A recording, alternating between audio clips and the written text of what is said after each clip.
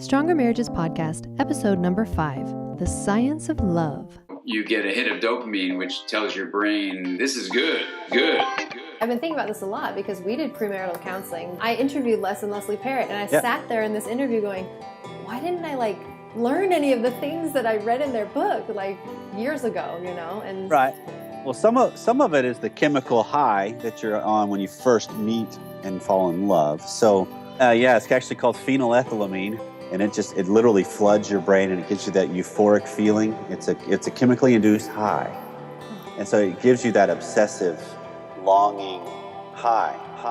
And now your amygdala is activated instead of just your anterior cingulate cortex, which is responsible for compassion and empathy, and some scientists would say love. But you can't shift a relationship to an entirely analytical context.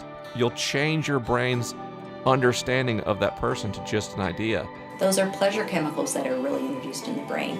And so those can be nurtured too. Those aren't things that are just kind of, you're just waiting for them to happen. You can actually attend and pay attention to that. There's some practices, for example, for people to have conversations of disagreement holding hands, and they do better than when they don't. So some of those practices of intentional connection are going to help our biology and our neurochemistry to cooperate with what we're wanting to do.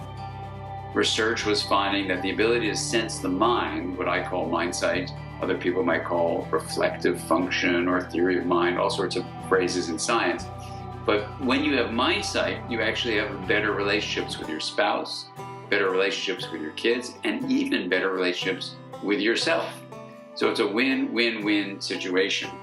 To find out more, subscribe to Stronger Marriages Podcast on iTunes or visit strongermarriages.com/podcast.